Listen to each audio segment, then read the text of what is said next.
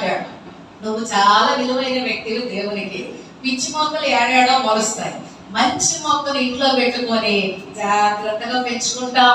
అందుకే దేవుడు నిన్ను మంచి మొక్కగా ఎంచి ఆత్మ కలిగిన సంఘములో నాటి భవిష్యత్ జ్ఞాన విషయాలు నీకు చెప్పిస్తున్నాడంటే దేవుని దృష్టికి నీవు చాలా అమూల్యమైన వ్యక్తివి.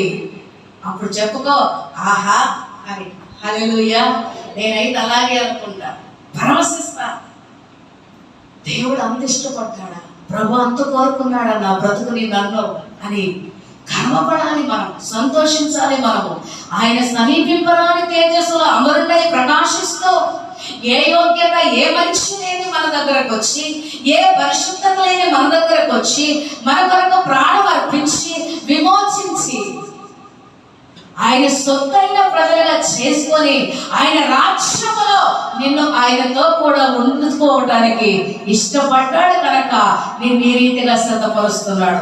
అందుకే సడగొద్దు గొడగొద్దు, ప్రతి పరిస్థితిని బట్టి ఈ లోకము నాది కాదు అని కృతజ్ఞత స్వభావం కలిగి ప్రభు మహిమకు సిద్ధపడదుము గాక. సమీపింపరాని తేజస్సునందు వసించు అమరుండవే, శ్రీమంతుడవే, సర్వాధిపతివే, నీ సర్వము నాకిచ్చితివే.